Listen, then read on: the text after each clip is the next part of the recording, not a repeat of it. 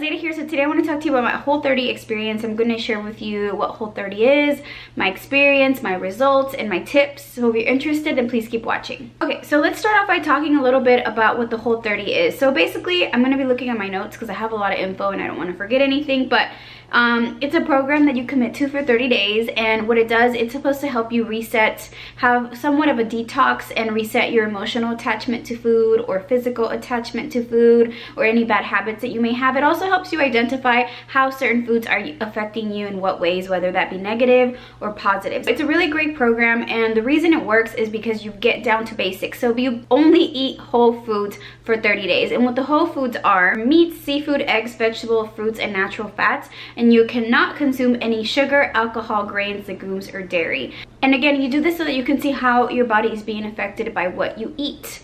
You also want to avoid making any types of foods that are made out of approved ingredients. So things like pancakes or desserts or anything that's junky type of food, you want to avoid doing that because, again, you're trying to break any kind of emotional or psychological attachments to food. So if you keep following those bad habits, and it's not going to work. But trust me, it's really, really worth it. According to the book, if you follow Whole30 to a T, then you'll see an improvement in your sleep, energy levels, mood, attention span, body composition, so your physique, your motivation, self-confidence, self-efficacy, and quality of life. It's a really big promise, and crazily enough, I do believe 110% in the Whole30 promise. So I'm going to go ahead and share with you a little bit about my experience in case you're interested. You can see what to expect. So why did I decide to commit to the Whole30 diet? I know it's kind of crazy when you break it down. We're so used to eating a certain type of way in the Whole30. Even though it sounds simple at the beginning, it can be a lot of work. But I did it 2 times, and I'm going to tell you a little bit about why I decided to do it each time. Because it really made a big difference on how I overall changed my mentality towards food. So the first time I did it just because I wanted to lose weight. I was going to go to Coachella with my friend, and I'd been trying to find a way to lose weight without committing too much into something. And finally, I was maybe like a month before I left for the trip, and I'd heard about Whole30, so I did it. Now the thing is about that time is that I was doing it for weight loss, so I really wasn't committing to the mental changes that come with Whole30, and I was just kind of counting down until it was finished when I could have a cheat meal. And as soon as the Whole30 ended, then I went back to bad habits. But the good thing about the first time that I did Whole30 was that I was able to learn a lot about food. At that time when I was going grocery shopping, I was starting to see and learn that a lot of the foods that are marketed as healthy actually are full of crap. I was learning how certain things affect my body. For instance, I found out that legumes and dairy really bloat me. I always thought legumes were going to be good for me because I know they're a good natural way of getting fiber and getting protein, but for me they make me really, really bloated, and I never would have known that without trying Whole30 the first time. And the other thing is that I realized that I was so addicted to sugar.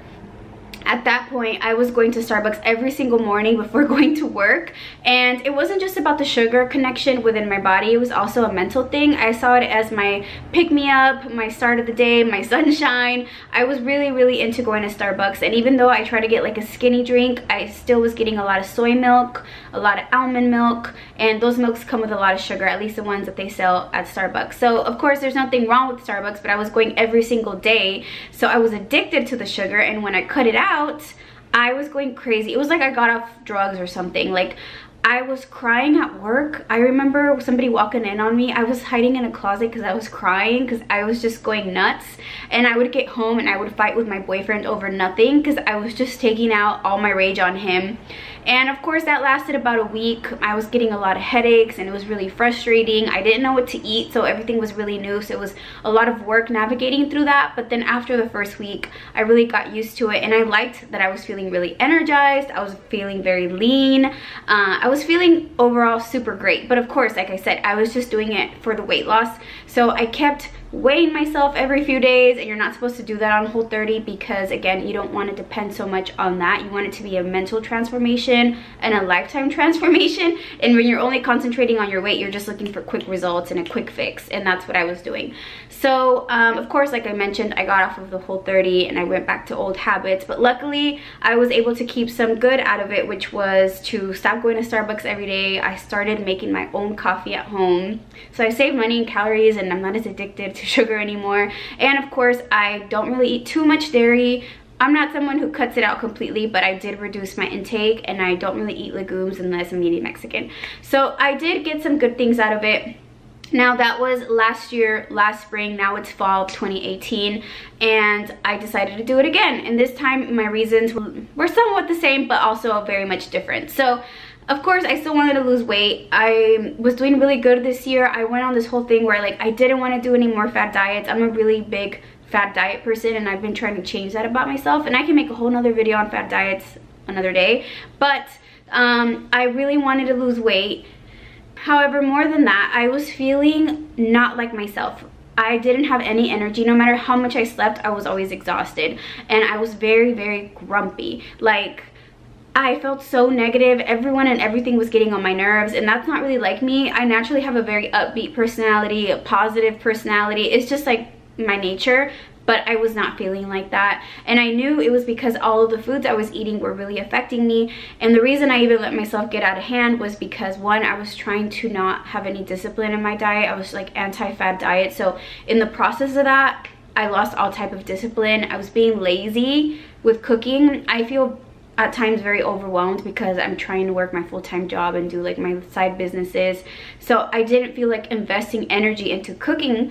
So the more you eat bad things, the more you get addicted to bad stuff, and that's exactly what happened to me. And I was trying to be lazy, but really that laziness in food was like transpiring into my energy levels, my self-esteem, because my clothes were not fitting me anymore, and it made me feel lazy, and I was really tired, like I mentioned. So this time I knew I wanted to do Whole30 for a different reason aside from just weight loss. I wanted to kickstart like a health journey. I wanted to reset my body, get energy, improve my mood, and just get back to being me, like bubbly, upbeat me. So the idea, like on a Thursday evening, I was getting my nails did, and the next morning I knew I was gonna start the Whole30 on a Friday. So my tip is, don't wait until Monday or after the weekend and you just like dump all this crap into your body. Whenever you get that little whiff of motivation, run with it, because you're more likely to stick with something when you have that whiff of motivation. And if you wait a few days, then you might lose it. So take advantage of that little blessing and just go with it. So those are my reasons for why I decided to do the Whole30. So how did it go? So I kind of already gave you a breakdown of how it went the first time, but I do want to talk through both experiences and compare them a little bit, because they were different, especially because of the reasoning behind it, and also because of what I learned the first time that I was able to take advantage of the second time. But I do want to go through both experiences because I think that your experience might be a combination of these things, or it might be helpful to you to know so that you can prepare yourself for it. Because even though it's just food affects us on so many levels. It's insane. So it's good to be prepared and know that it's okay to go a little crazy. So basically, the first time, like I mentioned, I was learning a lot about the food, the ingredients. I started noticing how food had like ingredients of like a list this long. I didn't know what they were, even though they were healthy. I started realizing that there's sugar in like everything. There's added sugar. They disguise sugar, the word itself, in different ways so that you can consume it, so you can get addicted to the food, and it's just a lot. So seeing that was a little bit overwhelming, so I did have to learn how to cook a few dishes. I did have to meal prep and make time for that. And of course, like I said, the first time my mood was insane. I was all over the place, headaches, grouchy, crying. And it's okay, because after a few weeks, like I said, I got accustomed to it and it was fine. So the second time was a lot better, like I mentioned, because my motivation was something deeper than just weight loss, and I wasn't looking at this with like a finish line of 30 days. To be honest, I feel like I've committed to this in my head as a long-term thing because I am getting older. I'm gonna be 29 in a few months, and I realized that I spent a lot of my 20s either not liking my body, or feeding it things that didn't make it thrive, or just feeling uncomfortable for whatever reason, whether it be my mood or my energy levels. And I don't want to feel like that. I want to feel great. I want to feel good about myself. I want to be proud about what I put into my body. So because I was feeling so sick and tired of feeling sick and tired, I was excited about getting onto this, and I didn't get the headaches and the stuff like that. Like, I wasn't as addicted to sugar this time around because of what I learned the first time.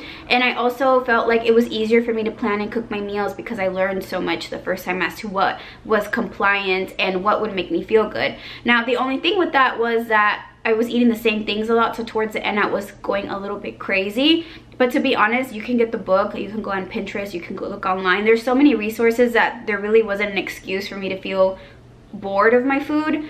But again, like I mentioned earlier, I just get so busy with my life that sometimes I don't want to add in that extra chore. But I think it's definitely worth it to invest time and make it fun. Like I said, I take a lot of pride now into looking into the ingredients, so that was definitely something that I had fun with. Overall, I want to say that the experience was really great and a lot better than the first time. But I think just depending on your mentality, whether it's your first time or not, whether what your motivation is, or whether what you've been eating prior to doing the Whole30, your experience could be maybe somewhat like mine, a combination of both experiences. Who knows?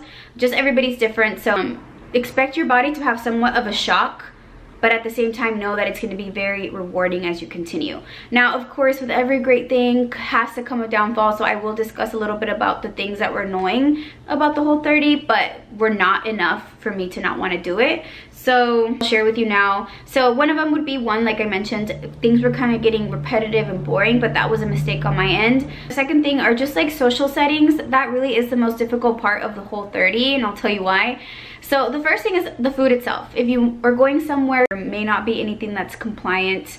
So you want to make sure that you always have like a Lara bar, a snack, or that you eat before you go places.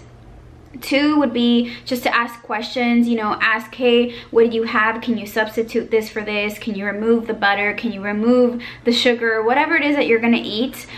You may wanna look at the menu before you go out to eat. So for example, if you go to eat with friends, and look at the menu before you head out. So when you get there, you're not really making a ruckus, and it makes it as seamless as possible. If you can recommend where to go eat, I would recommend suggesting a place like a Mexican place, because you can eat something like off of fajita grill, and that's super easy and delicious with like a side of guac. You can take your own plantain chips and voila, something good to eat.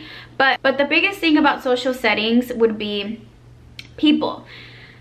People are really frustrating, and I'll tell you why. When you're eating bad, no one says anything. But as soon as you're eating good, you're eating clean, you're doing something positive for yourself, everybody has to put in their 2 cents saying, oh, I could never eat that clean. Oh my God, it must be so hard. Or why don't you just eat it? It's not a big deal, it's just a little bit. Why doesn't anybody ever say anything when you walk in with burgers and fries and pizza? But the moment you're trying to eat chicken with a salad, everyone has something to say. That's really the most frustrating part, I would say, from the Whole30. I just don't really bother telling people, to be honest. I say things like I already ate, or I'll get some in a little bit, just to be polite. And I would only really share the information with people who need to know. For example, the person you live with, whether that be your family, your significant other, or if you are helping plan an event or have a choice on where you want to eat, then I would share it. But it's not really something that I like telling everybody and their mom in my actual real life, because I don't want the judgment. And again, these are not things that I would care enough about to not do the Whole30, but this is just like my little warning, if you will, just so that you know what to expect.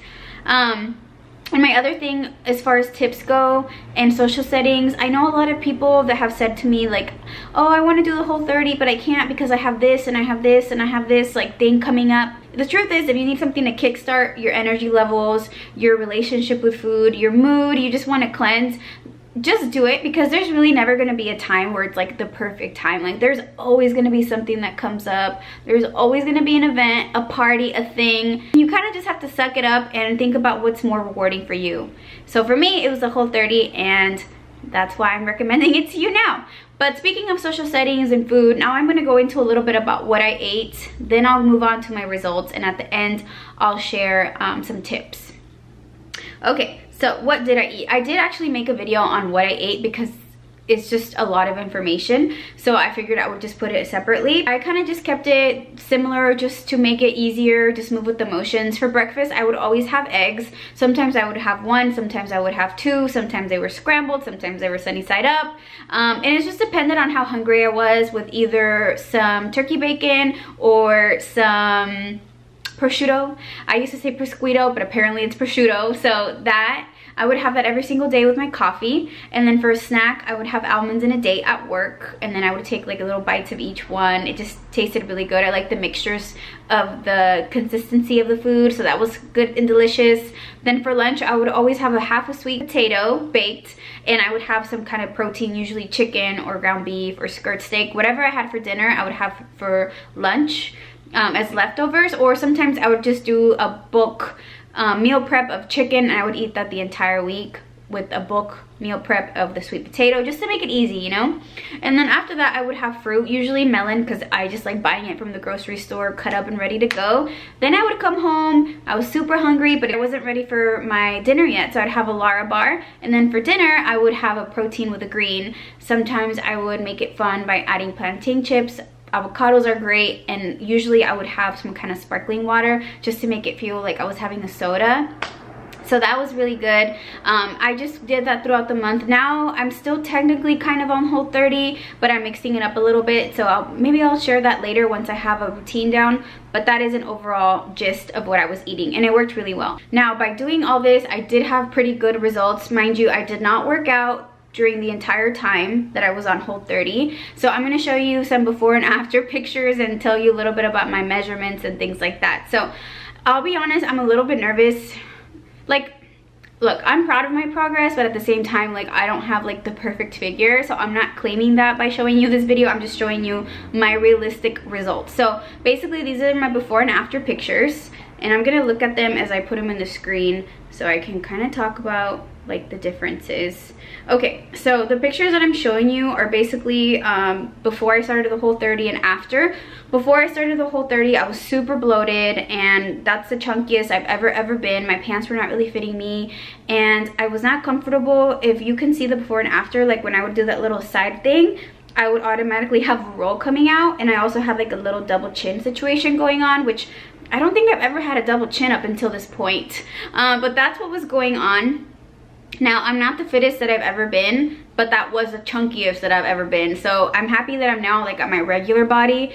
And again, I didn't work out, so maybe my results could have been a little bit more, you know, a little bit more intense if I would have done that. But I was just really trying to concentrate on the food and the way it made me feel, as opposed to trying to add too much to my plate. So now I'm into my phase 2, if you will, and that's now when I'm gonna start working out. So those pictures I just looked at this morning, and mind you, the second pictures are now 10 days or so after Whole30, and I've had a few cheat meals, 2 cheat meals, and I had 3 shots last night, and it's still pretty good progress. Now, the second picture I'm showing you for my before and after is just like a little side profile. So you'll see that my stomach is not as bloated, it's a little bit more flat. I did lose some inches off of my arms, my stomach, and my legs. So you can see in my legs that they're thinner, and that automatically makes me look a little bit taller, which is good because I'm super short. So I'm happy about that. So basically, all in all, numbers wise, you ready? I lost 8 pounds, which is awesome. And off of my waist, I went from a 30-inch waist to a 27.75, and I have to add that because I haven't been under a 28-inch waist in like over a year. I took my measurements because more importantly than like weight, I wanted to concentrate on my measurements because that's what I want to improve, especially knowing that eventually I want to go back to the gym and build some muscle. I don't want to depend too much on the weight. So I did take measurements, and I lost 2.25 inches off of my waist, which is really good. Half an inch off of each bicep, my arms. I really miss my old arms. I used to have really thin arms. Now they're a little bit chunkier, so I want to get back down to how they were before. And I lost 1 inch off of each thigh. So like I mentioned, you can tell that my legs look a little bit leaner. So I'm really excited about those results. My pants fit me well again. I feel a lot more confident. I'm actually dressing up a lot more now because my clothes actually fit, like I've said, and I just feel like a little bit more like myself.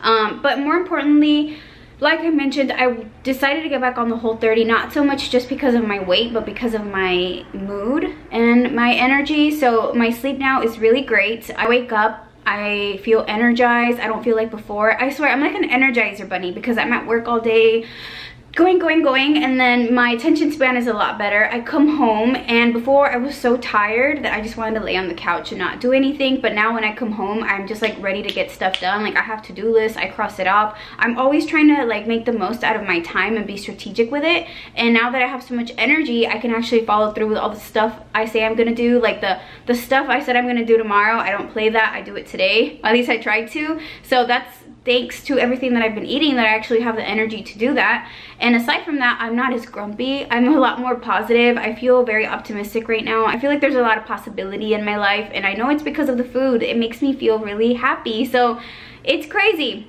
I know it's kind of hard maybe to give up a lot of the stuff that you're used to eating, your comfort foods, but a quote that really helps me with staying on track is, with discipline comes freedom. And I always remember that when I feel like I want to give up or quit. And aside from just like, you know, obviously losing some weight and feeling energized and having a good mood, like I feel just very proud of myself, because I feel like I'm actually taking care of what I have. Like this is my only body, so I feel really good taking care of it. So those are my results as far as like, you know, my mood, my energy, and the way that I look. I am grateful and excited about the fact that I lost some weight. I'm not in my ideal body like I mentioned, but I wanted to share with you my before and after pictures, because I think it's like it's a realistic expectation as to what to see before your Whole30. It's a lot of sacrifice for 30 days, and I think because it's such a sacrifice in the sense that, you know, you have to change your world upside down and think about things ahead of time and say no a lot and just invest in yourself. I think because it's all that work, people think maybe that you're gonna have this huge transformation, you're gonna have abs afterwards. But I like to remember a few things when being on a health journey is like, one, if you took a while to gain all that weight that you want to lose, which I know for me at least it was like that, it's been years of me not really staying committed and packing on these pounds. They're not gonna drop off overnight, and when they do, that's usually not healthy, and it's usually gonna come right back on, if not more than you had at the beginning. The second thing is that if you want something good to happen, you have to commit. You have to commit to it, and you have to be in it for the long haul. Nowadays, everybody just wants like a quick fix, and they want to lose weight within like 3 weeks or a month before they go on vacation, and that stuff just doesn't work. So I would like to suggest that if you are going to do a Whole30, you try to go into it more like you are going to be investing in yourself long term. It is like a lifestyle change, not like a quick fix diet, because I've done it both ways, where it was a quick fix diet and then I got right back to square one and then got chunkier than before, and then I've done it this time where I'm like grateful and taking note of like my mood and just how it affects me overall as a person.